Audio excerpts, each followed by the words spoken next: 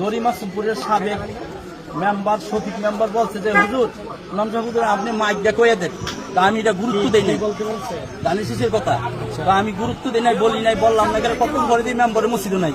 এরপরে আমাদের বাড়িতে আইলো দাওয়াতে, হুজুর কোন সময় দেবেন, আমি ঠিক আসর নামাজ পড়াবেন, আসর নামাজ পরে আবার পরে কয় কি আপনি একটু দেবেন, আপনি আমাকে দানিশ হিসেবে মাইকটা করলেন না কেন? আমার লগে লগে মসজিদ থেকে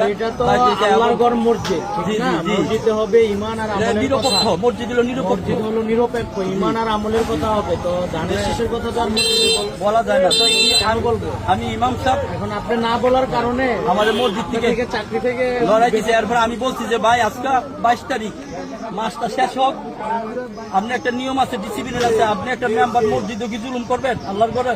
মাসটা শেষ হোক, চলে যাবো। আর সামনে রমজান মাস আসতে, সারা বছর আমরা নামাজ পড়লাম, রমজান মাসে আরেকজন হুজুর রাখবেন শফিক মেম্বরে, আপনাকে শফিক মেম্বরে